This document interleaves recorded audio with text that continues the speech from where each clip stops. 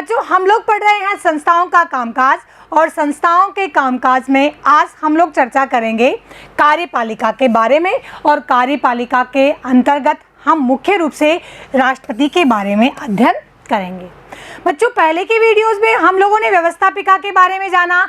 हम लोगों ने जाना कि व्यवस्थापिका के प्रमुखतः 2 सदन होते हैं, लोकसभा और राज्यसभा। इन दोनों की शक्तियाँ क्या है, इनके बारे में चर्चा की। आज हम लोग कार्यपालिका पढ़ रहे हैं, तो सबसे पहले कार्यपालिका को समझते हैं कि कार्यपालिका के कितने रूप होते हैं और किस रूप में यह अलग अलग होते हैं। तो आइए स्टार्ट करते हैं कार्यपालिका। कार्यपालिका मुख्य रूप से 2 भागों में विभाजित है, राजनीतिक कार्यपालिका और गैर राजनीतिक कार्यपालिका। नाम से ही स्पष्ट है, राजनीतिक कार्यपालिका यानी वह कार्यपालिका जो राजनीतिक रूप से संबंधित होती है, वह राजनीतिक कार्यपालिका यानी दलों की प्रक्रिया के माध्यम से, चुनाव की प्रक्रिया के माध्यम से इसमें पदाधिकारी चुनकर आते हैं। और दूसरी है गैर राजनीतिक कार्यपालिका, इसमें जो अधिकारी या पदाधिकारी होते हैं उनका राजनीतिक रूप से कोई संबंध नहीं होता, लेकिन वह कार्यपालिका है, इसलिए उसे गैर राजनीतिक कार्यपालिका कहेंगे। मैं ये सब आपको इसलिए बता रही हूँ कि आप लोगों को याद करने में और इनका अंतर करने में आसानी हो जाए। अब राजनीतिक कार्यपालिका को अस्थायी कार्यपालिका भी कहा जाता है और गैर राजनीतिक कार्यपालिका को स्थायी कार्यपालिका भी कहा जाता है। क्यों कहा जाता है? अस्थायी यानी टेम्पररी, इसका कार्यकाल निश्चित नहीं होता। भारत में 5 वर्ष निर्धारित किया गया है, लेकिन 5 वर्ष पूर्व भी इन्हें हटाया जा सकता है। पदाधिकारी अपने त्यागपत्र दे सकते हैं। स्थायी कार्यपालिका के पदाधिकारी सेवानिवृत्ति तक अपने पदों पर बने रहते हैं। नेक्स्ट है जनता द्वारा निर्वाचित प्रतिनिधि होते हैं राजनीतिक कार्यपालिका के अंतर्गत, जैसे कि राष्ट्रपति, प्रधानमंत्री और मंत्रिपरिषद। जबकि गैर राजनीतिक कार्यपालिका के अंतर्गत जो पदाधिकारी होते हैं वे सिविल सर्वेंट या प्रशासनिक अधिकारी होते हैं, आईएएस, आईपीएस वगैरह। इनकी चर्चा हम लोग पहले भी कर चुके हैं। अब आगे बढ़ते हैं। क्योंकि इनका कार्यकाल छोटा होता है, यानी ये छोटी अवधि के लिए इनका निर्वाचन किया जाता है, 5 वर्ष, 4 वर्ष, 6 वर्ष, और हमारे यहाँ इनकी अवधि 5 वर्ष निर्धारित की गई है। गैर राजनीतिक या स्थायी कार्यपालिका है, उसका कार्यकाल बड़ा होता है, यह सेवानिवृत्ति तक बने रहते हैं, यानी सरकारें आती रहती हैं, जाती रहती हैं और राजनीतिक कार्यपालिका के सदस्य बदलते रहते हैं, लेकिन गैर राजनीतिक कार्यपालिका के सदस्य सेवा में बने रहते हैं। इनकी कार्य पद्धति राजनीतिक होती है और गैर राजनीतिक कार्यपालिका की पद्धति गैर राजनीतिक होती है, यानी इन्हें राजनीतिक गतिविधियों से कोई संबंध नहीं होता। जबकि राजनीतिक कार्यपालिका के सदस्य दल विशेष की विचारधारा से प्रभावित होते हैं।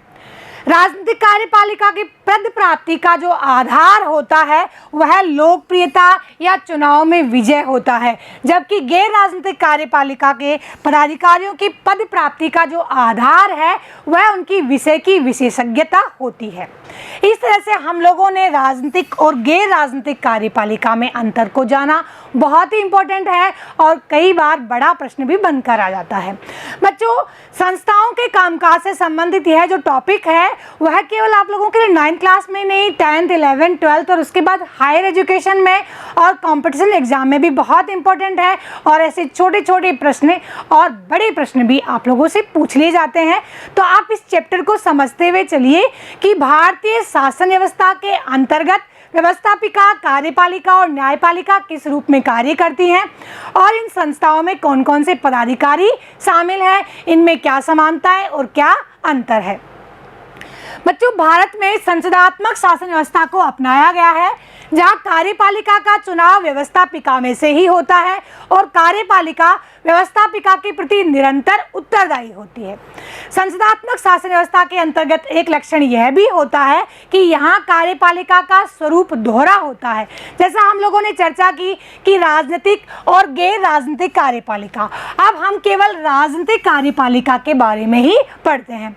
राजनीतिक कार्यपालिका का स्वरूप दोहरा होता है। इसे 2 भागों में बांटते हैं, नाम मात्र की या संवैधानिक कार्यपालिका और वास्तविक कार्यपालिका। नाममात्र की कार्यपालिका में जो पदाधिकारी शामिल है वह है राष्ट्रपति, और वास्तविक कार्यपालिका में प्रधानमंत्री और उसका मंत्री परिषद शामिल है। यानी हम राजनीतिक कार्यपालिका को फिर दो भागों में बांटते हैं, वह है नाममात्र की और वास्तविक कार्यपालिका, और नाममात्र की कार्यपालिका है राष्ट्रपति। आज की वीडियो के अंतर्गत हम लोग राष्ट्रपति की ही चर्चा करेंगे, राष्ट्रपति के बारे में ही हम लोग अध्ययन करेंगे।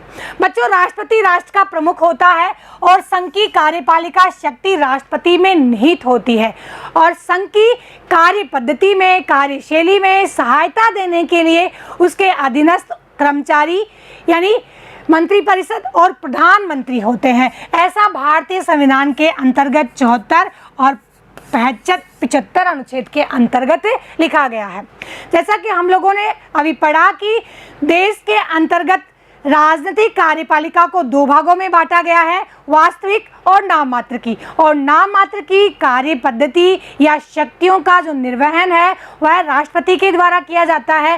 राष्ट्रपति देश का संवैधानिक प्रधान होता है, देश का नाममात्र का प्रधान होता है। वास्तविक शक्तियां प्रधानमंत्री के अंतर्गत निहित होती है। तो आइए स्टार्ट करते हैं हम राष्ट्रपति के बारे में पढ़ना। बच्चों, राष्ट्रपति राष्ट्र का प्रमुख होता है, राष्ट्र का प्रथम पद होता है, राष्ट्र का प्रथम नागरिक होता है, राष्ट्राध्यक्ष होता है, शासनाध्यक्ष होता है। यहाँ बच्चे बहुत बार कंफ्यूज हो जाते हैं। राष्ट्रपति राष्ट्राध्यक्ष है और शासनाध्यक्ष है, जबकि सरकार का अध्यक्ष और सरकार का प्रमुख प्रधानमंत्री होता है, क्योंकि वास्तविक शक्तियाँ प्रधानमंत्री के अंतर्गत निहित होती है। देश में सर्वोच्च गरिमा का पद राष्ट्रपति का पद है और समस्त कार्यपालिका शक्तियां राष्ट्रपति के नाम से की जाती है, यानी राष्ट्रपति के नाम से उन शक्तियों का निर्वहन किया जाता है। राष्ट्रपति संसद का अभिन्न अंग होता है। हम लोग चर्चा कर चुके हैं कि संसद के 3 अंग होते हैं, राज्यसभा, लोकसभा और राष्ट्रपति। अभिन्न अंग होता है, लेकिन वह संसद के किसी भी सदन का सदस्य नहीं होता है। दोनों सदनों के सत्र को आहूत करता है, यानी उनको बुलाता है, सत्रावसान करता है, सत्र समाप्ति की घोषणा कर सकता है, और लोकसभा को भंग भी करता है, विघटित करता है, क्योंकि राष्ट्रपति समस्त कार्यपालिका शक्तियों का निर्वहन करता है। राष्ट्रपति के द्वारा समस्त बिलों पर यानी समस्त विधेयकों को कानून बनाने के लिए हस्ताक्षर किए जाते हैं। अब बच्चों, विधेयक या बिल क्या होते हैं और कानून क्या होते हैं? जब विधायिका में यानी संसद के अंतर्गत या राज्य स्तर पर भी विधायिका के अंतर्गत कोई भी प्रस्ताव जब कानून बनाने के लिए प्रस्तुत किया जाता है तो उसे विधेयक कहते हैं, यानी बिल कहते हैं। और जब यह दोनों सदनों से पारित हो जाने के पश्चात, यानी कानून बनने की प्रक्रिया पूरी होने के पश्चात, राष्ट्रपति के हस्ताक्षर के पश्चात जब यह गजट में प्रकाशित हो जाता है, तब यह कानून बन जाता है। इस तरह से जब एक कानून बन जाता है तो हम सभी को इसका अनुसरण करना होता है। तो कोई भी बिल या कोई भी विधेयक, कोई भी प्रस्ताव दोनों सदनों से पारित हो जाने के पश्चात यदि राष्ट्रपति उस पर हस्ताक्षर नहीं करता तो वह कानून नहीं बन सकता। यानी राष्ट्रपति के अंतर्गत विधायी शक्तियां होती हैं। विधायी शक्तियों के अंतर्गत राष्ट्रपति चुनाव के पश्चात पहले सत्र को और प्रत्येक वर्ष के प्रथम सत्र के प्रारंभ में दोनों सदनों को संबोधित करता है। राष्ट्रपति दोनों सदनों का सदस्य नहीं होता, फिर भी वह दोनों सदनों के नियंत्रण करने के लिए, दोनों सदनों को संबोधित करने के लिए अनेक प्रकार की शक्तियों को रखता है। अब चर्चा करते हैं राष्ट्रपति के चुनाव की। बच्चों, कोई भी व्यक्ति जिसकी आयु 35 वर्ष या उससे अधिक हो चुकी है और वह भारत का नागरिक है और लोकसभा का सदस्य बनने के योग्य है, यानी वह सभी योग्यताएं रखता है जो लोकसभा का सदस्य बनने के लिए आवश्यक है, तो वह राष्ट्रपति पद के लिए चुना जा सकता है। भारत एक गणराज्य है। गणराज्य किसे कहते हैं? जिस देश का प्रधान जनता के द्वारा चुना जाता है उस देश को गणराज्य कहते हैं। और भारत भी गणराज्य है क्योंकि भारत का प्रधान, भारत का प्रमुख, राष्ट्राध्यक्ष जनता के द्वारा चुना जाता है। लेकिन जनता राष्ट्रपति का चुनाव प्रत्यक्ष रूप से नहीं करती, यानी हम डायरेक्ट राष्ट्रपति का चुनाव नहीं करते। कभी सुना है आप लोगों ने कि राष्ट्रपति का चुनाव हो रहा है और हम लोग वोट देने जा रहे हैं? नहीं होता। राष्ट्रपति के चुनाव में जनता डायरेक्ट भाग नहीं लेती, जनता के द्वारा चुने हुए प्रतिनिधि राष्ट्रपति का चुनाव करते हैं। अब हम डिस्कस करते हैं कि राष्ट्रपति का चुनाव कौन कौन करते हैं। राष्ट्रपति का चुनाव करने वाले समूह को निर्वाचक मंडल कहा जाता है और इस निर्वाचक मंडल के अंतर्गत शामिल होते हैं लोकसभा के 543 सदस्य। क्यों होते हैं मैं भी बताती हूँ। राज्यसभा के 233 सदस्य और देश के राज्यों की समस्त विधानसभाओं के यानी 28 राज्यों की विधानसभाओं के सदस्य और दिल्ली और पांडिचेरी की विधानसभाओं के सदस्य, वे सभी सदस्य जो जनता के द्वारा निर्वाचित सदस्य होते हैं। अब लोकसभा के अंतर्गत जैसा हम लोगों ने पढ़ा कि वर्तमान में सदस्य संख्या 545 है। 545 में से 2 सदस्य राष्ट्रपति के द्वारा एंग्लो इंडियन समुदाय से मनोनीत किए जाते हैं।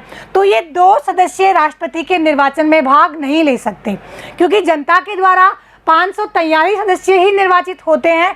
तो ये 543 सदस्य ही लोकसभा में राष्ट्रपति के लिए मतदान करेंगे। राज्यसभा से 233 सदस्य, राज्यसभा में भी 245 सदस्य संख्या है, जिसके अंतर्गत 12 सदस्य राष्ट्रपति के द्वारा नामोल्लिखित होते हैं, यानी राष्ट्रपति के द्वारा मनोनीत होते हैं, जो कला, सहकारिता, समाज सेवा या किसी विशिष्ट क्षेत्र में कोई योगदान रखने वाले होते हैं, उन्हें राष्ट्रपति मनोनीत करता है। अब ये 12 सदस्य राष्ट्रपति के निर्वाचन में भाग नहीं ले सकते। 233 सदस्य विभिन्न राज्यों की विधानसभाओं के द्वारा राज्यसभा में चुने जाते हैं, तो ये लोग ही राष्ट्रपति के निर्वाचन में भाग लेते हैं। इसी प्रकार देश के राज्यों की 28 राज्य हैं, 28 राज्यों की विधानसभाओं के निर्वाचित सदस्य ही राष्ट्रपति के निर्वाचक मंडल में शामिल होते हैं।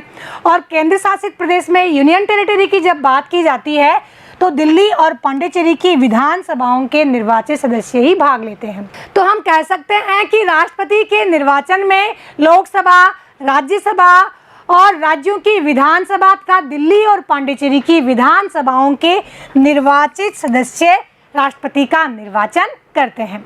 राष्ट्रपति का निर्वाचन आनुपातिक प्रतिनिधित्व की एकल संक्रमणीय मत पद्धति के द्वारा किया जाता है और इनका निर्वाचन 5 वर्ष के लिए किया जाता है, यानी इनका कार्यकाल 5 वर्ष का होता है। लेकिन राष्ट्रपति इससे पहले भी अपना त्यागपत्र उपराष्ट्रपति को दे सकता है। यह आरएस वगैरह में भी पूछा जाता है कि राष्ट्रपति अपना त्यागपत्र किसे देता है। राष्ट्रपति अपना त्यागपत्र उपराष्ट्रपति को सौंपता है। जब राष्ट्रपति का पद रिक्त होता है, यानी राष्ट्रपति लंबे समय से बीमार है या विदेश गए हुए हैं, उस स्थिति में राष्ट्रपति का जब पद खाली होता है तो राष्ट्रपति के कार्य और शक्तियों का निर्वहन उपराष्ट्रपति के द्वारा किया जाता है। राष्ट्रपति को 5 वर्ष से पूर्व महाभियोग की प्रक्रिया के द्वारा भी हटाया जा सकता है, यानी राष्ट्रपति को हटाने की जो प्रक्रिया है वह महाभियोग की प्रक्रिया कहलाती है। इस तरह से बच्चों, राष्ट्रपति का कार्यकाल तो 5 वर्ष होता है, लेकिन राष्ट्रपति उससे पहले भी त्यागपत्र दे सकता है और अपने पद से हटाए जा सकते हैं। उनका पद रिक्त होने की स्थिति में उनके पद और शक्तियों का निर्वहन उपराष्ट्रपति के द्वारा किया जाता है। अब हम चर्चा करते हैं राष्ट्रपति के कार्य क्या क्या हैं। जैसा हम लोगों ने डिस्कस किया कि राष्ट्रपति देश की समस्त शक्तियों का निर्वहन करता है, राष्ट्र का प्रमुख होता है, वह राष्ट्र का प्रथम गरिमा युक्त पद होता है और समस्त संवैधानिक शक्तियां राष्ट्रपति में निहित होती हैं।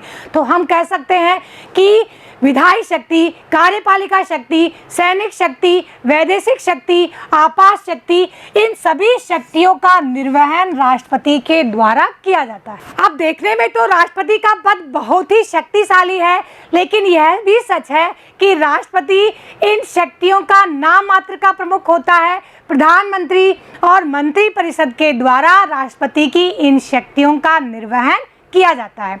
फिर भी हम जानते हैं कि राष्ट्रपति की शक्तियाँ क्या क्या है। सबसे पहले डिस्कस करते हैं राष्ट्रपति की विधायी शक्ति। जब कोई भी विधि बनती है, कानून बनता है, जैसे मैंने आप लोगों से अभी डिस्कस किया कि कोई भी विधेयक जब संसद के अंतर्गत आता है तब राष्ट्रपति के हस्ताक्षर उस पर होना आवश्यक है। बिना हस्ताक्षर के वह विधेयक कानून नहीं बन सकता। अनेक विधेयक ऐसे हैं जिन पर राष्ट्रपति की पूर्व स्वीकृति लेना भी आवश्यक होता है, और जब कोई विधेयक राष्ट्रपति को पसंद नहीं हो, यानी राष्ट्रपति को यह महसूस हो कि संसद को इस पर पुनर्विचार करना चाहिए, तो राष्ट्रपति उसे पुनर्विचार के लिए भी लौटा सकता है। जब संसद सत्र में नहीं हो और कानून बनाने की आवश्यकता हो तो राष्ट्रपति अध्यादेश जारी करता है, और वह दोनों सदनों को संबोधित करने की शक्ति भी रखता है। राष्ट्रपति की कार्यपालिका शक्ति। राष्ट्रपति अनेक नियुक्तियां करता है। राष्ट्रपति प्रधानमंत्री नियुक्त करता है। यह बात अलग है कि लोकसभा में बहुमत दल के नेता को ही राष्ट्रपति प्रधानमंत्री नियुक्त करता है, लेकिन राष्ट्रपति प्रधानमंत्री नियुक्त करता है और प्रधानमंत्री के नामों की जो तैयार की गई सूची है उसके आधार पर वह मंत्रियों की नियुक्ति करता है। संघीय लोक सेवा आयोग के अध्यक्ष व सदस्यों की नियुक्ति करता है। निर्वाचन आयोग के अध्यक्ष की नियुक्ति करता है। वित्त आयोग के अध्यक्ष की नियुक्ति करता है और राज्यों में राज्यपालों की नियुक्ति करता है। सर्वोच्च न्यायालयों के मुख्य न्यायाधीश की नियुक्ति करता है और सर्वोच्च न्यायालय के मुख्य न्यायाधीश के परामर्शानुसार अन्य न्यायाधीशों की भी नियुक्ति करता है। उच्च न्यायालय के न्यायाधीशों की नियुक्ति करता है और प्रमुख न्यायवादी और राजदूतों की नियुक्ति भी राष्ट्रपति के द्वारा की जाती है। तो कह सकते हैं कि देश के अंतर्गत महत्वपूर्ण नियुक्तियां राष्ट्रपति के द्वारा ही की जाती है। राष्ट्रपति की राष्ट्रीय आपात घोषणा करने की शक्ति, यानी राष्ट्रपति को जब यह आभास हो या ऐसी स्थितियां देश में उत्पन्न हो जाएं जब देश में सशस्त्र विद्रोह या बाह्य आक्रमण की स्थिति हो और सुरक्षा को संकट उत्पन्न हो जाए, तो राष्ट्रपति उस स्थिति के अंतर्गत देश में आपातकाल घोषित कर सकता है।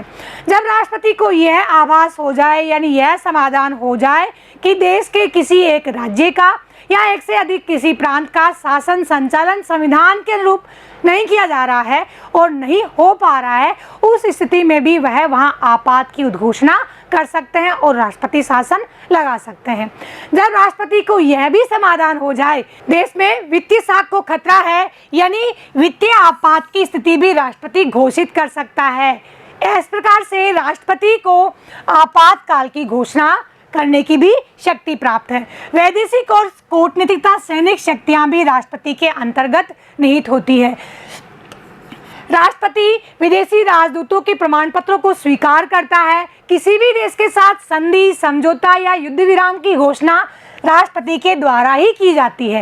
राष्ट्रपति तीनों सेनाओं का प्रमुख सेनापति होता है, यानी जल, थल और वायु सेनाओं का प्रधान सेनापति राष्ट्रपति होता है और राष्ट्रपति सेना के उच्च अधिकारियों की नियुक्ति भी करता है, यानी इन सेना प्रमुखों की नियुक्ति भी राष्ट्रपति के द्वारा की जाती है।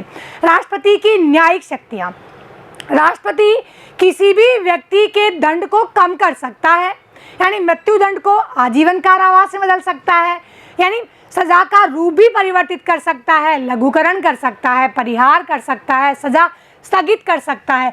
इस प्रकार से अपराधियों को वह क्षमा भी कर सकता है। तो न्यायिक शक्तियों का निर्वहन भी राष्ट्रपति के द्वारा किया जाता है। वित्तीय शक्तियाँ। वित्तीय शक्तियाँ कोई भी वित्तीय अनुदान या वित्तीय मांग राष्ट्रपति की पूर्व सूचना के लोकसभा में प्रस्तुत नहीं की जा सकती और राष्ट्रपति के हस्ताक्षर के पश्चात ही कोई भी वित्तीय विधेयक पास हो सकता है। इसी प्रकार से राष्ट्रपति के पास स्वविवेकीय शक्तियाँ भी हैं जो अनेक बार इस नाम मात्र के प्रधान को शक्तिशाली बना देती हैं।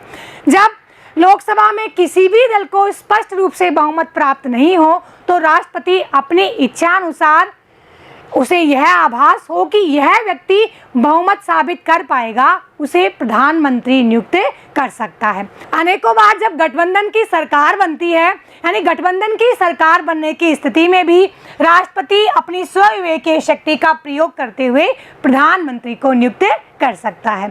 तो बच्चों, हम लोगों ने जाना कि राष्ट्रपति देश की समस्त शक्तियों का निर्वहन करता होता है, परंतु वास्तव में इन शक्तियों का प्रयोग प्रधानमंत्री और मंत्रिपरिषद के द्वारा किया जाता है। हम लोगों ने यह व्यवस्था इसलिए स्वीकार की है क्योंकि हमारे यहाँ संसदात्मक शासन व्यवस्था है और हमारे यहाँ राजनीतिक कार्यपालिका का रूप दोहरा है, जहाँ नाममात्र और वास्तविक दो पदों पर कार्यपालिका कार्य करती है। नाममात्र शक्तियों का निर्वहन राष्ट्रपति करता है और राष्ट्रपति देश की गरिमा का प्रथम पद है और सर्वोच्च पद है, सर्वोच्च सम्मानीय पद है। इसीलिए राष्ट्रपति को संवैधानिक रूप से इन शक्तियों का निर्वहन करता माना जाता है। आज की वीडियो में इतना ही। अगली वीडियो में फिर मिलेंगे, तब तक के लिए जय हिंद, जय भारत।